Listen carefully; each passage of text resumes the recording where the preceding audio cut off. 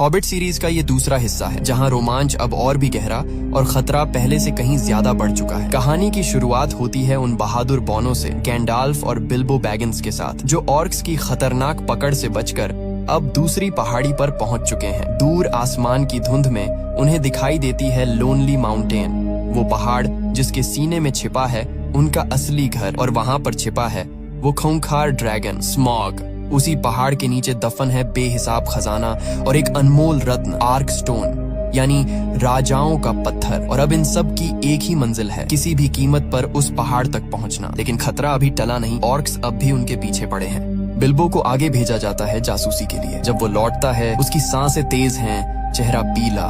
वो कहता है ऑर्क्स तो हैं ही, पर वहाँ एक और अजीब प्राणी है, ऐसा जिसे मैंने पहले कभी नहीं देखा। गैंडाल्फ गंभीर होकर पूछते हैं, क्या उसने भालू का रूप लिया था?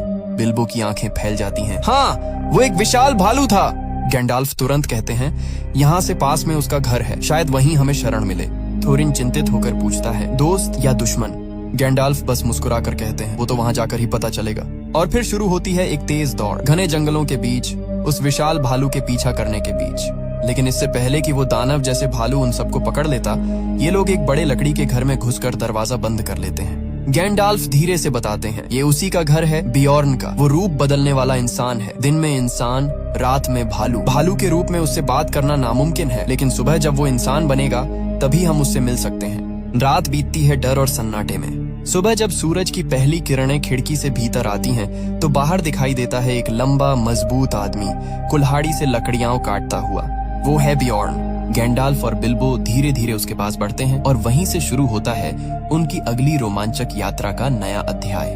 बियॉर्न वो विशालकाय इंसान जो रात को भालू बन जाता है, शुरू में बौनों को देखकर गुस्से में आ जाता है। उसे तो ये तक पता नहीं था कि उसके घर के अंदर इतने सारे बौने छिपे बैठे हैं। एक एक कर जब सब सामने आते हैं तो उसकी नजरों में नफरत साफ झलकती है। वो कहता है, बौने हमेशा लालच और अंधेपन में डूबे रहते हैं, सोने के लिए अपनी जान तक बेच दें। लेकिन जब उसे पता चलता है कि इन सब का असली दुश्मन ऑर्क्स हैं, वही ऑर्क्स जिन्होंने उसके पूरे परिवार को मौत के घाट उतार दिया था, तो उसका दिल बदल जाता है। बियॉर्न गुस्से में कहता है, ऑर्क्स, उन राक्षसों को तो मैं भी जिंदा नहीं छोड़ता। और फिर वो इन सब की मदद करने का फैसला करता है। वो उन्हें घोड़े देता है ताकि ये सब मिर्कवुड जंगल के रास्ते अपनी मंजिल तक पहुँच सकें। लेकिन मिर्कवुड अब पहले जैसा नहीं रहा। वो जंगल अब बीमार है। वहाँ हर तरफ अंधेरा, जहरीली हवा और एक डरावनी खामोशी फैली हुई है। गैंडाल्फ सबसे आगे बढ़ते हैं। अचानक उन्हें एक पुरानी पत्थर की दीवार पर अजीब से शब्द खुदे नजर आते हैं। ब्लैक स्पीच, वो भाषा जिसे कभी नेक्रोमेंसर यानी सौरॉन के अनुयायी इस्तेमाल करते थे। तभी गैंडाल्फ को किसी की जानी पहचानी आवाज सुनाई देती है, एल्फ रानी ग्लैड्रियल की। उसकी आवाज हवा में गूंजती है, अगर नेक्रोमेंसर लौट आया है तो हमें सच्चाई जाननी होगी। पर्वतों की कब्रों में जाओ, वहीं तुम्हें जवाब मिलेगा। गैंडाल्फ समझ जाते हैं कि अब उन्हें अलग राह पकड़नी होगी। वो बाकियों से कहते हैं, इस जंगल के अंदर कभी अपना रास्ता मत छोड़ना। ये जगह तुम्हारे मन से खेलती है, जो भटक गया वो हमेशा के लिए खो जाएगा। इतना कहकर वो उनसे विदा लेकर पर्वतों की ओर निकल जाते हैं। धीरे धीरे उन पर नशे जैसा असर होने लगता है। पेड़ झूमते दिखते हैं, जमीन घूमती लगती है और वो सच में रास्ता भटक जाते हैं। बिल्बो बेचैन होकर कहता है, हमें पश्चिम की ओर जाना था, लेकिन हमने तो सूरज को ही खो दिया है। वो एक ऊंचे पेड़ पर चढ़ता है ताकि ऊपर से रास्ता देख सके। ऊपर पहुंचते ही उसे धूप की एक किरण दिखती है। उसे रास्ता समझ आ जाता है, लेकिन तभी उसका पैर फिसलता है और वो नीचे गिर जाता है, सीधे विशाल मकड़ियों के जालों में। चारों तरफ चिपचिपे धागे और दर्जनों मकड़ियां जो उन पर टूट पड़ती हैं। बिल्बो और सभी बौने अब मकड़ियों के कब्जे में हैं, लेकिन बिल्बो किसी तरह खुद को छुड़ाता है और तभी वो अपनी रिंग पहन लेता है, अदृश्य हो जाता है। उसकी आंखों में अब डर नहीं, गुस्सा होता है। वो एक एक करके मकड़ियों को काट गिराता है और फिर बहादुरी से अपने सभी साथियों को आजाद करवा देता है। वो पल साबित करता है, अब बिल्बो बैगिंस सिर्फ एक डरपोक हॉबिट नहीं रहा, अब वो एक सच्चा हीरो बन चुका है। बिल्बो बैगिंस अब पहली बार उस रिंग की असली ताकत महसूस करता है। वो रिंग जो उसे गोलम से मिली थी। वो समझ जाता है कि इस रिंग में कुछ तो अंधेरा है, कोई ऐसी शक्ति जो उसके भीतर कुछ बदल रही है। लेकिन फिर भी वो इसे किसी से साझा नहीं करता, न गैंडाल्फ से न थोरिन से। अब सभी बौने आजाद तो हो चुके हैं, लेकिन खतरा अभी भी सिर पर मंडरा रहा है। चारों तरफ मकड़ियों की भरमार है और तभी झाड़ियों के बीच से तीरों की बौछार होती है। एल्फ सैनिक बिजली की तरह आते हैं और सारी मकड़ियों को मार गिराते हैं। लेकिन बचाने के बाद भी वो बौनों को बंदी बना लेते हैं, क्योंकि उन्हें उन पर शक होता है। हालांकि बिल्बो को वे पकड़ नहीं पाते, क्योंकि वो अपनी रिंग पहन चुका होता है, अदृश्य। एल्फ्स उन सबको अपने राजा थ्रेंड्यूल के सामने ले जाते हैं। ये वही एल्फ्स नहीं है जिन्हें उन्होंने रिवेंडेल में देखा था। ये हैं वुडलैंड एल्फ्स, जिनका शासन करता है गर्वीला और चालाक राजा थ्रैंड्यूल। थ्रैंड्यूल अपने ठंडे लहजे में कहता है, मुझे पता है थोरिन, तुम्हें लोनली माउंटेन का रास्ता मिल चुका है। तुम्हारे पास वो चाबी है जो उस पहाड़ के दरवाजे को खोल सकती है, और तुम्हारा लक्ष्य है आर्क स्टोन, वो रत्न जो राजा को उसका अधिकार देता है। वो आगे कहता है, मैं तुम्हारी मदद कर सकता हूँ, पर बदले में तुम्हें वो सब देना होगा जो उस पहाड़ के अंदर है। थोरिन की आंखों में गुस्सा भर जाता है। वो कहता है, जब ड्रैगन स्मॉग ने हमारा घर जलाया था, जब हमने मदद की भीख मांगी थी, तुम यहीं थे, लेकिन तुमने मुंह मोड़ लिया था। और अब जब हम अपने हक के लिए लड़ रहे हैं, तुम सौदे की बात करते हो। थ्रैंड्यूल का चेहरा सख्त हो जाता है और वो आदेश देता है, उसे फिर से कैद में डाल दो। थोरिन और बाकी बौने अंधेरी जेलों में बंद कर दिए जाते हैं। लेकिन थोड़ी देर बाद छायाओं में से कोई धीरे से आता है, बिल्बो बैगिंस। उसके हाथ में जेल की चाबियां हैं। वो दरवाजे खोलते हुए फुसफुसाता है, चुपचाप मेरे पीछे आओ, समय बहुत कम है। वो सबको नीचे तहखाने की ओर ले जाता है, जहाँ वाइन के बड़े बड़े बैरल्स रखे हैं। बिल्बो कहता है, इन बैरल्स में छिप जाओ, यही हमारा रास्ता है बाहर का। और फिर वो गुप्त दरवाजा खोल देता है। जैसे ही दरवाजा खुलता है, सारे बैरल्स पानी की तेज धारा में गिर जाते हैं और बौने उनमें बहते हुए नदी में निकल पड़ते हैं। लेकिन ये भागना आसान नहीं होता। एल्फ गार्ड्स को भनक लग चुकी है। वो चीखते हैं, गेट बंद करो। और जैसे ही बैरल्स पानी में आगे बढ़ते हैं, उनके सामने सरद गेट गिरा दिया जाता है। अब सवाल ये है, क्या बिल्बो और बाकी बौने इस जाल से बाहर निकल पाएंगे? कि तभी वहाँ पर भयानक शोर के साथ ऑक्स का झुंड वहाँ पहुँच जाता है। उनके चेहरों पर सिर्फ एक ही इरादा झलक रहा था, इन बौनों को किसी भी कीमत पर खत्म करना, क्योंकि उनका सरदार एज़ोक द डिफाइलर खुद नेक्रोमेंसर की छाया के पास जा चुका था। नेक्रोमेंसर का साया अभी पूरी तरह जागा नहीं था, लेकिन उसकी काली शक्तियाँ धीरे धीरे वापस लौट रही थीं। उसने एज़ोक से कहा, बहुत जल्द अंधकार की लहर उठेगी और तब कोई नहीं बचेगा। एज़ोक की आंखों में नफरत भड़क उठी। उसने अपने बेटे बोल को बुलाया और गरजते हुए कहा, जा उन बौनों को ढूंढ निकाल और एक एक को खत्म कर दे। मैं थोरिन के खानदान को जिंदा नहीं छोड़ूंगा। अब ऑक्स का पूरा झुंड उन बेचारों बौनों के पीछे पड़ चुका था। बौने नदी में फंसे हुए थे और तभी दूर से एल्व्स भी वहाँ पहुँच गए। पल भर में मैदान जंग का अखाड़ा बन गया। एल्व्स बनाम ऑक्स। इसी अफरा तफरी में थोरिन और उसके साथी उस पानी के गेट को खोल देते हैं जहाँ वे फंसे हुए थे और बहते हुए नदी में निकल पड़ते हैं। ऑक्स उनका पीछा करते हैं, पर एल्व्स भी पीछे नहीं हटते। आखिरकार ऑक्स उनके भी दुश्मन थे। इसी लड़ाई के बीच दो बहादुर एल्व्स, टोरियल और लेगोलस, बौनों की मदद के लिए कूद पड़ते हैं। तीरों की बारिश होती है, तलवारें टकराती हैं और देखते ही देखते टोरियल और लेगोलस कई ऑक्स को ढेर कर देते हैं। इस मौके का फायदा उठाकर बौने वहाँ से भाग निकलते हैं। न ऑक्स के हाथ आते हैं न एल्व्स के। अब उनकी नजर पड़ती है एक शहर पर, लेक टाउन। थके हुए, भूखे प्यासे और बिना हथियारों के बौने वहाँ पहुँचना चाहते हैं। रास्ते में उन्हें एक आदमी मिलता है, बार्ड।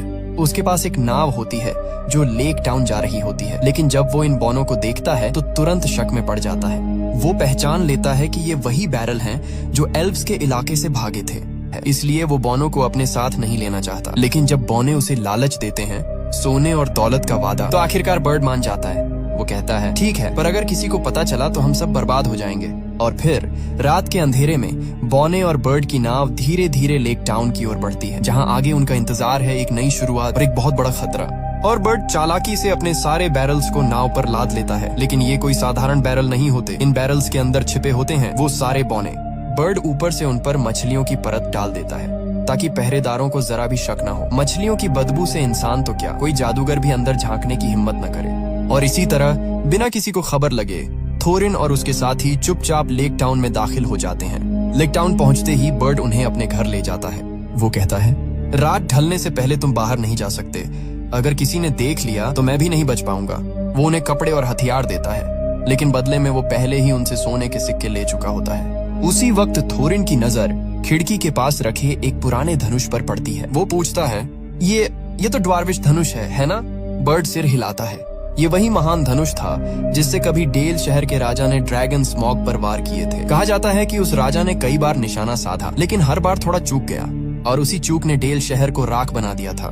इधर दूसरी तरफ कहानी का रुख फिर से एल्व्स की ओर मुड़ता है। एल्व्स ने एक ऑर्क कैदी को पकड़ रखा होता है। एल्फ राजा थ्रैंडविल खुद उससे पूछताछ करता है। वो गरज कर पूछता है, कौन भेजा है तुम्हें? किसके आदेश पर ये सब हो रहा है? नर्क की आवाज में सिहरन होती है, तुम्हारी दुनिया जलकर राख हो जाएगी। हमारा स्वामी आ रहा है। एज़ोक सिर्फ उसका सेवक है, असली मास्टर बहुत जल्द लौटेगा और तब तुम सब खत्म हो जाओगे। थ्रैंडविल की आंखें ठंडी हो जाती हैं। वो अपने सैनिकों को आदेश देता है, सीमाओं की रखवाली दोगुनी कर दो, कोई अंदर या बाहर न जाए। लेकिन हर कोई उसके आदेश नहीं मानता। टोरियल, जो एल्फ सेना की प्रमुख होती है, चुपके से अपने रास्ते निकल पड़ती है। उसके दिल में कुछ और ही चल रहा होता है, क्योंकि जिन बौनों को वो बचाने गई थी उनमें से एक था किली, वो बौना जो उसके दिल को छू गया था। हाँ, एक एल्फ और एक बौना, दो ऐसी जातियां जो कभी साथ नहीं हो सकती। वहीं दूसरी ओर कहानी गहराती है। गैंडाल्फ अब पहुंच चुका है नाज़गुल के टॉम्ब पर। उसके साथ एक और जादूगर है, रेडगास्ट द ब्राउन। लेकिन जब वो वहां पहुंचते हैं तो जगह पूरी तरह वीरान होती है। ना कोई आवाज, ना कोई जादू का निशान, सब कुछ जैसे किसी ने मिटा दिया हो। गैंडाल्फ के माथे पर चिंता की लकीरें उभर आती हैं। वो रेडगास्ट से कहता है, यहाँ कुछ नहीं बचा, हमें डोल गुलडुर जाना होगा, असली अंधकार वहीं छिपा है। दोनों वहां पहुंचते हैं और वो किला सचमुच डर से ठिठका हुआ लगता है। टूटी दीवारें, बर्फीली हवा और हर तरफ सन्नाटा। गैंडाल्फ गंभीर स्वर में कहता है, रेडगास्ट, तुम यहाँ से वापस जाओ, मेरे पीछे मत आना, हमारा दुश्मन यही है। उसने खुद को अभी पूरी तरह प्रकट नहीं किया, शायद उसकी शक्तियां लौट रही हैं। वो किसी महायुद्ध की तैयारी में है। लेडी ग्लैड्रियल को ये सब बता देना। रेडगास्ट सिर हिलाता है और वहां से चला जाता है। अब गैंडाल्फ अकेला आगे बढ़ता है। किले के अंधेरे गलियारों में हर कदम के साथ सन्नाटा गहराता जाता है। अचानक एक रहस्यमय साया उस पर टूट पड़ता है। गैंडाल्फ अपनी जादुई छड़ी से उसे रोकता है। रोशनी फैलती है और तभी वो उस साये का चेहरा देखता है। वो कोई और नहीं बल्कि थ्रेन होता है, थोरिन ओकेनशील्ड का पिता, जिसे सबने सालों पहले मरा हुआ मान लिया था। थ्रेन की आंखों में दर्द और पागलपन एक साथ झलकता है। वो कांपती आवाज में कहता है, 60 साल हो गए गैंडाल्फ। जब ऑक्स और हमारे बीच जंग हुई थी तब एज़ोक ने मुझे कैद कर लिया था। मैं उसकी जेल में सड़ता रहा, उसने मेरी उंगली भी काट डाली। वो कांपते हुए अपना हाथ आगे बढ़ाता है जिसमें एक उंगली गायब होती है और उस जगह पर बस एक गहरा निशान। गैंडाल्फ हैरान रह जाता है क्योंकि अब उसे समझ आने लगता है कि ये सिर्फ बौनों की कहानी नहीं बल्कि अंधेरे के लौटने की शुरुआत है। और इसके बाद गैंडाल्फ थेरिन को लेकर वहां से निकलने ही वाले होते हैं कि तभी अंधेरे से एक भयंकर गर्जना गूंजती है। एज़ोक उसके साथ सैकड़ों ऑर्क्स झुंड की तरह गैंडाल्फ को घेर लेते हैं। माहौल में खून और गंधक की गंध भर जाती है, लेकिन गैंडाल्फ शांत रहते हैं। वो अपनी जादुई छड़ी उठाते हैं और एक तेज नीली रोशनी हवा में फैलती है। सारे ऑर्क्स कुछ पल के लिए अंधे हो जाते हैं। गैंडाल्फ गूंजती आवाज में पूछते हैं, तुम्हारा मालिक कहाँ है एज़ोक? एज़ोक गुर्राता है। उसकी आंखों में अजीब सी चमक होती है। वो हर जगह है। इतना कहकर वो हंसता है, एक ठंडी डरावनी हंसी के साथ। गैंडाल्फ तुरंत अपनी छड़ी से एक और तेज रोशनी का गोला छोड़ते हैं और थेरिन को लेकर पीछे हटते हैं। लेकिन तभी आसमान काला पड़ जाता है। अचानक उनके सामने एक भयावह काला साया प्रकट होता है। हवा जम सी जाती है, जमीन कांपने लगती है। वो साया गहरी आवाज में कहता है, कोई भी रोशनी अंधकार को हरा नहीं सकती। और अगली ही पल वो थेरिन को अपने भीतर समा लेता है। गैंडाल्फ चीख उठते हैं, थेरिन! लेकिन बहुत देर हो चुकी होती है। अब वो काली शक्ति गैंडाल्फ की ओर बढ़ती है। उसकी परछाई दीवारों पर रेंगने लगती है। गैंडाल्फ अपनी छड़ी से रोशनी का एक सुरक्षात्मक गोला बनाते हैं, लेकिन अंधकार धीरे धीरे उस रोशनी को निगलने लगता है। एक पल में वो गैंडाल्फ को हवा में उठाकर दीवार पर पटक देती है और तभी गैंडाल्फ उसे देख पाते हैं, उसका असली रूप। वो कोई और नहीं बल्कि डार्क लॉर्ड सौरॉन है। गैंडाल्फ की आंखों में पहली बार डर झलकता है क्योंकि अब अंधकार सामने खड़ा है और वो जीवित है। वहीं दूसरी तरफ कहानी एक नया मोड़ लेती है। बार्ड ने बौनों को जो हथियार दिए थे वो दिखने में तो मजबूत लगते हैं, लेकिन असल में बेहद कमजोर निकलते हैं। थोरिन ये बात समझ जाता है। वो कहता है, इन हथियारों से तो हम खुद ही मर जाएंगे। इसलिए बिना कुछ कहे ये सब चुपचाप बार्ड के घर से निकल जाते हैं। अब ये पहुंचते हैं उस राज्य में जहाँ का राजा अपने महल में असंख्य हथियार और सोना चांदी जमा कर रखा है। रात के अंधेरे में ये सब वहाँ चोरी छिपे हथियार चुराने की कोशिश करते हैं, लेकिन तभी पहरेदारों को खबर लग जाती है। चारों तरफ से सिपाही घेर लेते हैं और सारे बौने पकड़े जाते हैं। उन्हें जंजीरों में बांधकर राजा के सामने लाया जाता है। पूरा दरबार सन्नाटा साध लेता है। तभी कोई कहता है, इनमें से एक थेरिन का बेटा थोरिन है। राजा की आंखें फैल जाती हैं। वो पहचान जाता है थोरिन ओकेनशील्ड, लोनली माउंटेन का उत्तराधिकारी। वो वही जगह जहाँ बेहिसाब खजाना है और जहाँ आज भी ड्रैगन स्मॉग राज करता है। थोरिन आगे बढ़ता है और राजा से कहता है, अगर आप हमें जाने दें तो लोनली माउंटेन का खजाना हम सभी में बांट देंगे। इस राज्य का हर नागरिक उसका हकदार होगा। दरबार में हलचल मच जाती है। कुछ लोग उम्मीद से भर जाते हैं तो कुछ डर से कांपने लगते हैं। तभी दरबार के दरवाजे खुलते हैं और अंदर आता है बार्ड। वो वही आदमी है जिसने बौनों को यहाँ तक पहुँचाया था। बार्ड गुस्से में कहता है, हम इन्हें नहीं जाने दे सकते। अगर ड्रैगन जाग गया तो वो पूरे शहर को राख में बदल देगा। और तभी एक बड़ा रहस्य सामने आता है। पता चलता है कि बार्ड वही इंसान है जो डेल के उस स्वामी का वंशज है जिसके पास कभी ड्वार्विश धनुष हुआ करता था। वही धनुष जिससे ड्रैगन स्मॉग को मारा जा सकता था। लेकिन इतिहास गवाह है, उस स्वामी के सारे तीर निशाने से चूक गए थे। अब सवाल ये है, क्या बार्ड अपनी वंश की उस हार को जीत में बदल पाएगा? बार्ड गुस्से में भीड़ की तरफ मुड़ता है और गरजते हुए कहता है, हमें एक अंधे राजा की महत्वाकांक्षा के पीछे अंधा नहीं होना चाहिए। क्या तुम सब भूल गए डेल शहर का क्या हुआ था? उसी ड्रैगन ने सब कुछ राख कर दिया था, हमारे घर, हमारे लोग, हमारी जिंदगियां। दरबार में सन्नाटा छा जाता है। तभी राजा अपनी सिंहासन से उठता है, उसकी आवाज गूंजती है, और वो तुम्हारे ही पिता थे बाड़, जो उस ड्रैगन को मार नहीं पाए थे। लेकिन अब हमें थोरिन पर विश्वास है, हम उसे मौका देंगे। राजा के इन शब्दों के साथ ही फैसला हो जाता है, बॉनो को आजाद कर दिया जाता है। अब थोरिन और उसकी टोली साथ में बिल्बो बैगिंस निकल पड़ते हैं लोनली माउंटेन की ओर, वही जगह जहां ड्रैगन स्मॉग अब भी सो रहा है और जहां उनका असली मकसद छिपा है। आज दूरिन डे है, वो दिन जब सूरज की आखिरी किरण उस छिपे हुए दरवाजे को उजागर करेगी। सूरज धीरे धीरे ढल रहा है, सबकी नजरें उस पत्थर की दीवार पर जमी है, लेकिन कोई दरवाजा दिखाई नहीं देता। निराशा बढ़ने लगती है। तभी बिल्बो की तेज नजर कुछ देख लेती है। दीवार पर एक बारीक सी आकृति चमक रही होती है। वो चिल्लाता है, मुझे मिल गया। थोरिन जल्दी से वो चाबी निकालता है जो उनके पूर्वजों ने सौंपी थी, और जैसे ही वो चाबी ताले में लगती है, गड़गड़ाहट होती है और पहाड़ के भीतर का द्वार खुल जाता है। सबके सब अंदर कदम रखते हैं। हवा में पुरानी यादों की गंध है। यही उनका घर था और अब यही युद्ध भूमि बनेगा। थोरिन कहता है, बिल्बो अब तुम्हारी बारी है, खजाने तक जाओ और आर्केनस्टोन को ढूंढो। बिल्बो धीरे धीरे उस विशाल गुफा में उतरता है। उसके सामने सोने हीरों का पहाड़ फैला है, इतना कि आंखें चौंधियां जाएं। वो आर्केनस्टोन को ढूंढ ही रहा होता है कि तभी एक हल्की गड़गड़ाहट सुनाई देती है और उस खजाने के नीचे से उठती है गर्म हवा की लहर। अगले ही पल दो जलती हुई आंखें खुलती हैं। वो है स्मॉग ड्रैगन। उसकी भारी आवाज गुफा में गूंजती है, कौन है जो मेरे खजाने को छूने की हिम्मत करता है? बिल्बो कांप जाता है, लेकिन अपने डर को छिपाते हुए कहता है, मैं तो बस एक यात्री हूँ जिसने रास्ता भटक लिया है। ड्रैगन मुस्कुराता है, झूठ मत बोलो छोटे चोर। बिल्बो अपनी चतुराई दिखाता है। वो बातों बातों में स्मॉग को उलझा देता है, उसे अपनी टिक्की चुपड़ी बातों से इतना भटकाता है कि वो आर्केनस्टोन पर हाथ रख देता है। धीरे से उसे उठाता है और बिना आवाज के पीछे हटने लगता है, लेकिन ड्रैगन को भनक लग जाती है। वो गुस्से में दहाड़ता है, तू मुझसे चोरी करेगा? एक ही झटके में वो आग उगलता है, गुफा जलने लगती है।